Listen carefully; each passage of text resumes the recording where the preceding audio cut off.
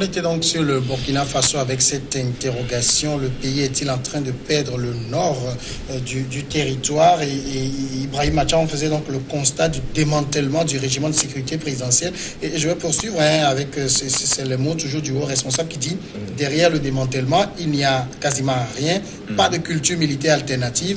Il faut qu'il constitue une armée digne de ce nom. Cela prend du temps. Effectivement.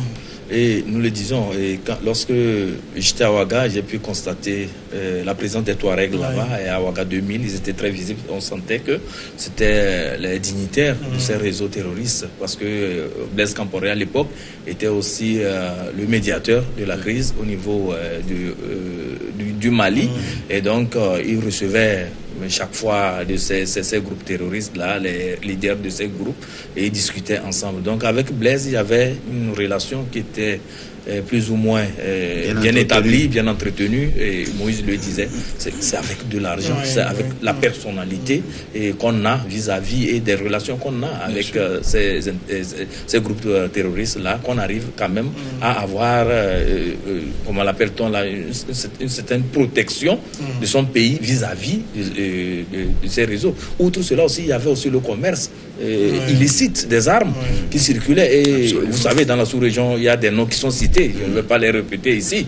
Il y a des noms qui étaient cités, des chefs d'État qui étaient impliqués directement dans ce trafic d'armes, d'armement et de tout ce qu'il y a comme arsenal militaire. Et donc, tout ceci alimentait les réseaux terroristes. Et ce ne sont pas les armées conventionnelles que ces trafics illicites-là alimentaient, mais c'était des réseaux terroristes. Vous comprenez qu'il y avait une relation incestueuse et qui faisait que, quand on parle du régiment de la sécurité présidentielle, c'était presque une armée propre à Blaise Compaoré. Lorsqu'on l'a démantelé, et vous rappelez, il y avait eu un assaut contre ce régiment. Il y avait des soldats de grands militaires, de grands stratèges qui ont fui, qui sont partis. Et où est-ce qu'ils sont allés? Ils sont allés vers la région où sévissaient les terroristes. Donc vous comprenez que ces gens-là ne vont pas manquer toujours de venir faire des incursions au Burkina Faso juste pour fragiliser le pouvoir central et amener peut-être, si possibilité il y a, à rechanger la donne politique dans le pays pour que ceux qui étaient là et qui subissaient de ces trafics et autres là puissent reprendre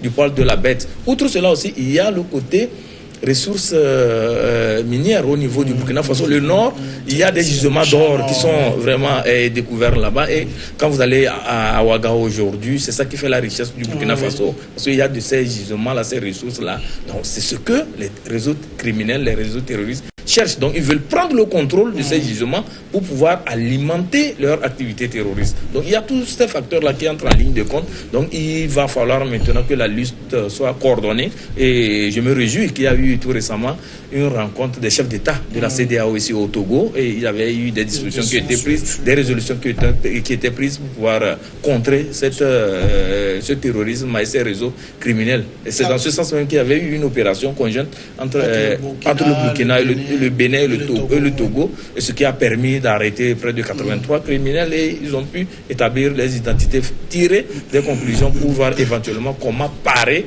à ce phénomène. Jeff, justement, Ibrahim a touché la question même du Nord, qui est riche en or. C'est ça qui les attire, surtout vers cette partie du pays? Oui, ça fait partie de... Parce que quand on voit le Mali aussi, dans le centre et dans le nord, c'est très riche, justement. Oui, vous savez, il n'y a pas d'action sans intérêt. Donc, ces djihadistes ont quand même un objectif à poursuivre, au-delà de ces actions criminelles que ces gars posent. On a quand même derrière la tête de pouvoir se faire enrichir et de pouvoir fournir de la matière première à la base. Parce qu'il ne faut pas oublier ceux qui fabriquent des armes aujourd'hui, parce que ces Africains n'ont pas les moyens de pouvoir s'acheter les armes, mais il y a la ressource minière qui est là. Il y a des présidents de grands pays qui ont leur main dans ces situations de ces djihadistes. Donc ça veut dire justement que il faut pouvoir se faire enrichir dans ces actions, parce qu'il y a une garantie qui est donnée. Alors, vous posez l'acte, il faut avoir le contrôle pour pouvoir fournir la matière première et tout cela. Donc, je pense que c'est cet objectif même qui pousse les gens à pouvoir poser ces actes. Et je pense aussi qu'il faudrait que les pays africains ou bien les chefs d'État africains puissent quand même tirer leçon de ces situations. comme Ibrahim l'a dit tout à l'heure, du président de Blaise Compaoré, qui a eu une bonne relation avec ces djihadistes, qui se mettent en confiance chez lui, et vous les voyez dans de grands hôtels au Burkina Faso. Donc ça veut dire, ils se disent, nous sommes sur une terre conquise où nous avons toute la confiance. Maintenant, celui qui nous protégeait n'est plus. Il faut tout faire quand même pour fragiliser celui qui est là, pour dire qu'en réalité, nous avons de très bonnes relations avec l'autre qui est parti. Et là, il ne faut pas oublier l'aspect politique. J'insiste là-dessus, parce que si la politique est fragilisée, ça amène l'ennemi à pouvoir s'infiltrer facilement. Et là, les pays africains, les populations africaines doivent tirer leçon si on se réfère à ces situations pour dire que la population n'a qu'à prendre ses responsabilités parce que ça s'est passé ailleurs. Les conséquences sont graves. Donc nous devons faire beaucoup attention pour dire qu'est-ce que nous devons faire pour pouvoir écarter un chef d'État qui est au pouvoir démocratiquement et non par violence. Alors Moïse, il y a quand même quelque chose qui est assez inquiétant, c'est qu'on est dans un pays où il y a une armée qui est là, mais ces djihadistes semblent prendre l'ascendance sur l'armée aujourd'hui. On a l'impression, quand on voit ces engins artisanaux qui explosent, c'est comme si eux, ils ont une longueur d'avance, ils viennent dans ce pays, posent les bombes, incognito et repartent. Oui, mais parlant de l'armée, moi j'ai l'impression qu'il y a ces présidents-là qui à un moment donné, je crois peut-être avant les années 90, avaient une certaine maîtrise de l'armée. Ils avaient une certaine expertise, ils arrivaient à mettre ce qu'il faut comme moyen au niveau des troupes, et c'est ce qui a permis d'avoir par exemple une garde présidentielle aussi admirable dans le sens de la du professionnalisme de cette armée-là. Chez nous, je crois qu'on peut dire que c'est l'équivalent des bérets verts également. Voilà. Mais cela dit, ce qui m'étonne plus, c'est le fait que Marc Christian Kaboré soit un ancien premier ministre quand même de ce pays. C'est-à-dire que je suppose qu'il a appartenu à l'appareil de l'État, il connaît le système et qu'il était censé savoir que pour diriger un pays comme celui-là, il fallait véritablement agir sur la... Malheureusement, on a démantelé la garde présidentielle. Et de quelle manière? Diendéré qui est en prison, Zida qui a assuré même la primature et qui se retrouve aujourd'hui au Canada. Et tout ça, donc... Bon, vous vous rendez compte qu'à un moment donné, ceux qui véritablement incarnaient cette armée-là n'existent plus. Maintenant, ce que je ne comprends pas, c'est pourquoi on ne se met pas en situation de refaire véritablement une armée en tenant compte des réalités actuelles, en parlant du djihadisme, du terrorisme, pour que nous puissions vraiment protéger les citoyens. Et c'est là où je rejoins Ibrahim en disant qu'il faut que l'action soit concertée. Il faut que l'action soit concertée. Les pays africains, notamment de la CEDEAO, ne doivent pas se dire tant que nous arrivons, nous, à maîtriser nos frontières, alors il n'y a pas de souci. Non, je crois qu'ils doivent s'investir plutôt à aider l'armée malienne, l'armée burkinabé, à véritablement se réformer de telle sorte que le danger que nous voyons venir ne puisse pas arriver à nos côtes. Alors, oui, si tu permets, Samuel, je voudrais ajouter à ce que vient de dire le confrère. Je voulais justement dire aussi qu'il ne faut pas perdre de vue la base militaire autochtone. Parce que quand les djihadistes arrivent, ils se basent sur les natifs. Et là, je pense aussi que la mauvaise gouvernance des pays africains amène les gens à pouvoir sacrifier leur pays. Parce qu'un militaire, un officier qui est là, qui est mal payé, qui est mal géré, qui a des conditions de travail, de mauvaises conditions de travail, et imaginez si on lui apporte une mallette d'argent, remplie d'argent, d'euros ou de dollars, on dit, bon, par toi, nous pouvons poser cet acte ou bien faire cette opération, les gens peuvent se libérer facilement. Mais le militaire, il a fait serment de protéger le drapeau. Ah, mais il faut pas oublier qu'au-delà de ça, les gens ont quand même un objectif d'intérêt. Et comme je l'avais dit, les djihadistes qui sont là, si la zone nord du Burkina Faso regorge des ressources minières, ça veut dire que les hommes que nous sommes, tout homme est faillible. Et quand vous ne gouvernez pas, ou bien vous avez une très mauvaise gouvernance, vous ne payez pas bien les fonctionnaires, Les fonctionnaires, ils sont corruptibles facilement par rapport à ce que vous pouvez leur apporter. Et ça, on se base sur les autochtones pour pouvoir opérer. Et je pense qu'il ne faut pas perdre de vue cet aspect de la chose aussi. Alors, il y a un autre aspect. Les spécialistes de la sécurité ont établi que le terreau fertile du terrorisme, c'est la pauvreté.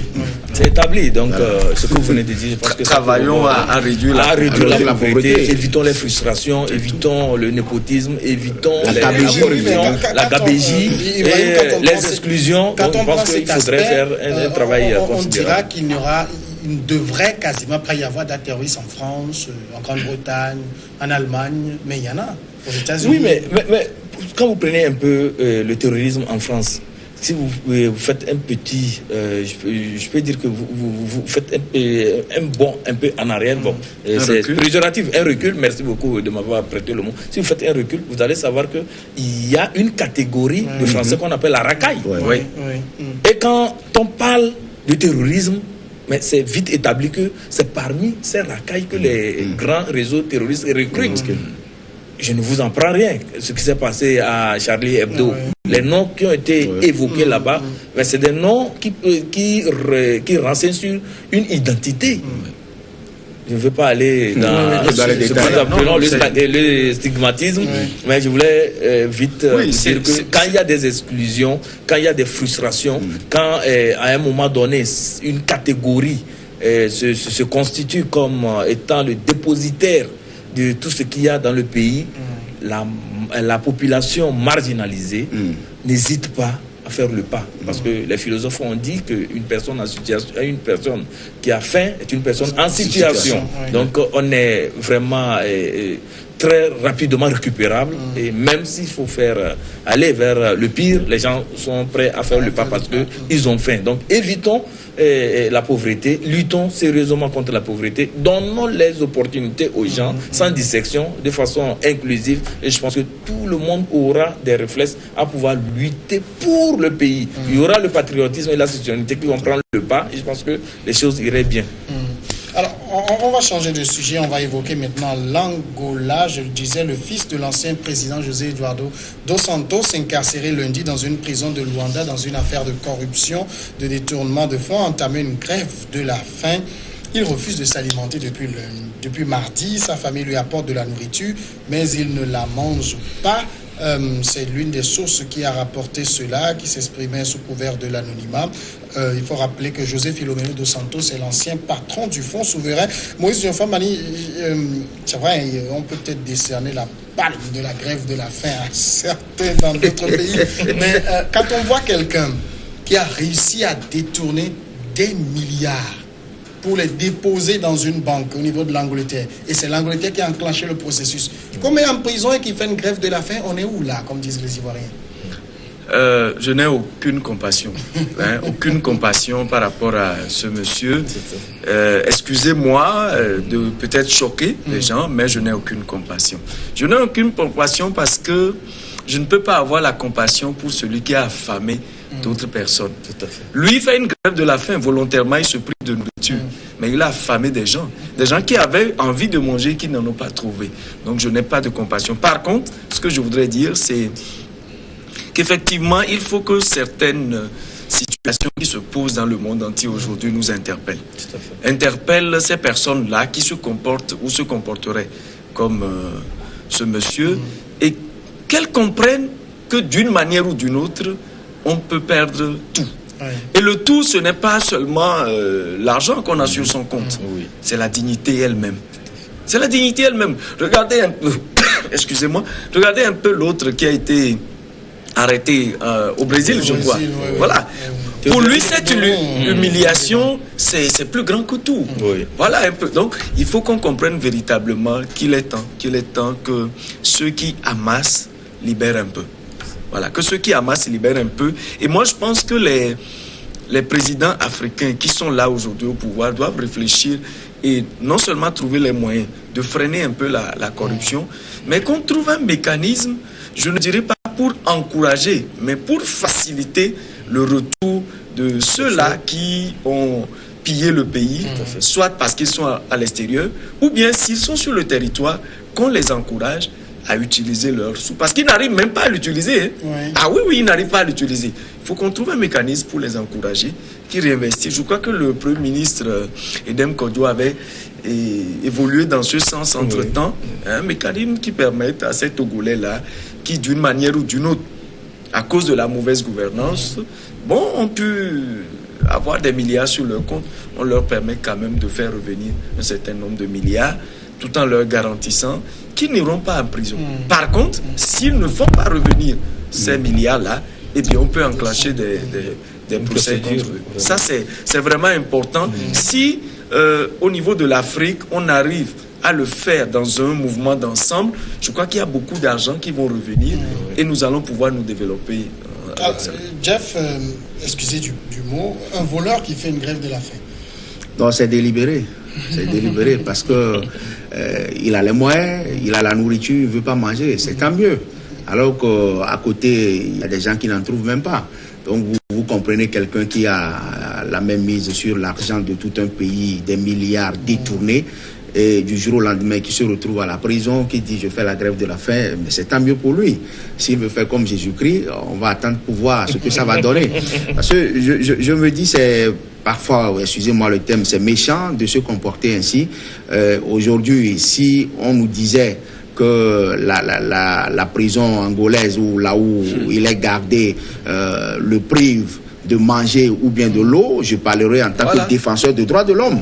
Mais il a toute l'opportunité et là, la famille lui apporte à manger et délibérément, il refuse. Bon, peut-être qu'il est en train de faire sa pénitence, je ne sais pas. Donc, en attendant de voir, moi, je l'encourage à continuer sa grève de faim pour voir jusqu'à quand ça va durer. Mais au-delà de l'humour qui se trouve dans mon développement, je pense aussi que nous devons être sérieux dans notre pays. Parce que quand vous prenez le cas du Togo, par exemple, où des enfants des ministres, lors de leur anniversaire, il faut voir ce qui est dépensé dans les bois de nuit, les commandes et tout ça là, alors qu'à côté, les gens ne trouvent pas du gari à manger. Je pense qu'il y a un problème de gouvernance qui se pose dans nos pays africains et que nous devons prendre conscience. Cette jeunesse africaine doit prendre conscience parce que, je dis, l'Afrique, c'est le continent d'espoir. Et si nous n'arrivons pas à gérer les ressources que nous avons pour ne pas tendre la main à l'Occident, je pense que nous allons toujours continuer comme ça. Et les enfants des présidents qui sont là aujourd'hui vont encore revenir nous gouverner en continuant parce que les enfants des riches deviendront toujours riches et les enfants des pauvres deviendront toujours pauvres parce que la raison du plus fort est toujours la meilleure. Donc je pense qu'il faut quand même quitter cet angle de la chose pour dire en réalité quand on est là pour servir les autres et non pas se servir. Et Idriss Déby qui a donné l'exemple, qui a grondé les douaniers, vous avez vu la vidéo qui a fait le tour du monde, qui dit vous êtes assez servis, maintenant il faut servir le peuple, il faut arrêter le scandale. Et si 1, 2, 3, 4, 5 présidents prennent les dispositions nécessaires pour sanctionner, pour pouvoir taper du poing sur la table, je pense que ça va quand même mettre bas la terre et que les gens comprennent en réalité que quand ils sont nommés, ils sont là pour servir leur peuple. Oui, mais je voudrais ajouter qu'il faut aussi qu'on dépasse un peu les effets d'annonce. Hein. C'est ça. Ce que Idriss Déby a dit, c'est bien beau, mais Idriss Déby, bon, qu'est-ce qu'il a fait après? Qu'est-ce qu'il a fait après? Non, c'est-à-dire moi, il a posé un acte. Je suis d'accord, j'apprécie, mais je dis il faut aller plus loin. Et je crois qu'au Togo, le chef de l'État a relevé qu'il y a une minorité qui s'accapare de la richesse, mais jusque-là, nous n'avons pas vu un seul de cette minorité-là qui est... Je pense que quand le chef d'État togolais l'a dit, c'est une manière d'interpeller la population que il y a des gens et c'est à vous maintenant de réagir pour pouvoir démanteler. Nous on savait. Vous le saviez déjà. On savait. Oui, mais par quel mécanisme? On n'avait pas forcément besoin que ce soit lui qui le dise. Par contre, nous avons apprécié qu'il l'ait dit. Et nous avons entendu et nous continuons par attendre qu'il montre la voie. Nous avons une Cour des comptes. Il faut au moins... Écoutez, on ne peut pas continuer comme ça, ce n'est pas possible. C'est la faiblesse de nos institutions aussi, il faut le relever, parce que en tant qu'institution, il faut s'auto-saisir et prendre ses responsabilités. Non, mais qui donne le ton? C'est ça le problème. Ibrahim, quand Joseph Philomène dos Santos fait une grève de la faim, il espère quoi? Non, en fait, c'est le comportement des fils à papa. Excusez-moi de le dire. C'est le comportement des fils à papa parce qu'il n'a pas compris que les époques ont changé Et surtout avec la venue de Joao Lourenço, il a pensé, puisque c'est un fidèle de son papa, il pensait que bon, ça allait couler continuellement comme ça et qu'il allait toujours jouir de l'impunité. Mais ils ont oublié que Joao Lourenço a fait de son règne la lutte contre la corruption. C'est ça, c'est ce qu'il a déclaré. Et c'est sur la base de cette lutte acharnée qui prétend mener contre la corruption que la population angolaise lui a fait confiance. Et lors des élections, vous avez vu le score qu'il a eu à faire. Et récemment aussi, lorsqu'il fallait changer les instances dirigeantes de leur parti, le MPLA, bien évidemment, il a été voté à près de 98%. Il a pris la place de leur camarade, c'est-à-dire M. Eduardo Santos. Et maintenant, il a les manettes, il a les coups de franche pour pouvoir imprimer sa marque. Donc, il est en train d'imprimer sa marque par rapport à la gestion de ce pays. Il a dit qu'il devait mener une lutte farouche contre les corrupteurs et les corrompus et tous ceux qui détournent les ressources du pays. Et il a bien précisé, même dans son camp, et c'est ce qu'il a commencé. Donc vous avez vu la dernière fois, en dehors de Philomeno, il y a aussi sa sœur, Isabella, qui a été débarquée au sein de la société pétrolière. Donc c'est une lutte qu'il est en train de mener et il sait pertinemment, il a le registre de tout ce qui pille le pays et il a commencé. Je pense que c'est une très bonne chose. Mais quand on voit le comportement de Philomeno, c'est parce qu'il se dit que bon, mon papa ne peut pas être là, le défunt de mon papa, celui que mon papa a amené ne peut pas me réserver ce sort. Mais les époques ont changé. Quand on veut lutter contre la corruption, je pense qu'on ne va pas de même molle. On va avec la rigueur et la rhétorique et la méthode qu'il faut. C'est pourquoi nous revenons au Togo pour demander à ce que le chef de l'État qui avait dit que la corruption sera luttée avec une méthode, que cette méthode-là soit mise en branle. C'est vrai qu'il y a une autorité. Non, mais vous voyez des gens comme ça vous les voyez capables d'inquiéter les milliardaires que nous avons dans ce pays? Non, je ne le pense pas. Mais il faudrait que le chef de l'État lui-même montre le ton. Parce que dans certains pays, la lutte contre la corruption a été vraiment une lutte assez difficile à mener parce qu'il y avait des complicités un peu partout. Ibrahim. Les chefs de l'État même n'étaient pas épargnés. Vous comprenez? Donc maintenant, ce que nous voulons au Togo, c'est que M. Faure Gnassingbé imprime sa marque, qu'il lutte sérieusement contre cette corruption parce que c'est des ressources vraiment qu'on pille et c'est des manques à gagner par rapport au développement du pays. Aujourd'hui, nous avons le PND, M. Moïse, que vous défendez, bien évidemment, que je défends. Mais s'il n'y a pas de ressources, si nous devons courir derrière les Chinois, courir derrière les bailleurs, le PNUD et autres là, pour pouvoir mettre en branle le PND, mais je me dis qu'on va attendre longtemps. Parce que pour décaisser les sous au niveau de ces institutions, de ces bailleurs-là, c'est pas aussi facile. Nous devons commencer avec les ressources propres. Donc, il va falloir que les gens freinent les réseaux de détournement et autres, la surfacturation. Le chef de l'État a cerné le problème. Maintenant, il reste maintenant qu'il agisse pour que vraiment on puisse connaître tous ceux qui ont détourné l'argent du pays. Pas pour qu'on les enferme, mais je ne suis pas pour qu'on les enferme, mais qu'il y ait des mécanismes pour reprendre un peu. Pourquoi reprendre un peu Moïse? Et je pense que ça pourrait aussi aider à lutter contre la pauvreté dans notre pays. Moi, je l'ai toujours dit, je ne suis pas de ceux qui véritablement aiment la vengeance. C'est ça. Je ne suis pas... Mais quand les gens ont fait des actes... Je ne parle pas d'impunité. Je ne parle pas d'impunité. Aujourd'hui, quand vous prenez... Restons dans le cas angolais d'abord. On ne me dira pas que l'actuel président angolais, étant du système et dauphin, lui-même n'avait jamais détourné. C'est ce qu'on veut me dire. Je dis non. Donc, je suis content qu'il imprime lui-même la marque dans ce qui concerne la lutte contre la corruption. Mais si par hasard, lui aussi, il avait pris, qu'il ramène d'abord. Deuxième chose, que cette lutte-là ne passe pas pour un acharnement contre la famille de son prédécesseur. Là, ce ne serait pas bien. Parce que c'est aussi dans cette... Je ne refuse pas. Ce que je voudrais dire, c'est qu'on ne peut pas voir dans un pays ou dans une communauté, vous avez 10 personnes qui ont volé et qui viennent peut-être de 7 familles différentes. Et vous rendez compte qu'on ne poursuit par exemple que les gens d'une seule famille. Non, mais il y a aussi d'autres hauts dignitaires de l'ancien régime. Oui, je dis, c'est pour ça que je dis, je souhaite que ce ne soit pas, un acharnement contre la famille. Parce que on peut être aussi d'une autre famille. Vous savez, lui et moi, lui vient des Lacs, moi je viens de Bassa, mais on peut avoir des liens de parenté. Bien évidemment. Et donc, quand je parle de la famille, ce n'est pas au sens strict de la famille union-femme, comme ma famille, mais ça peut s'élargir un peu. Donc, moi, je ne souhaite pas ça. Par contre, je suis d'accord qu'il faut véritablement qu'on aille plus loin.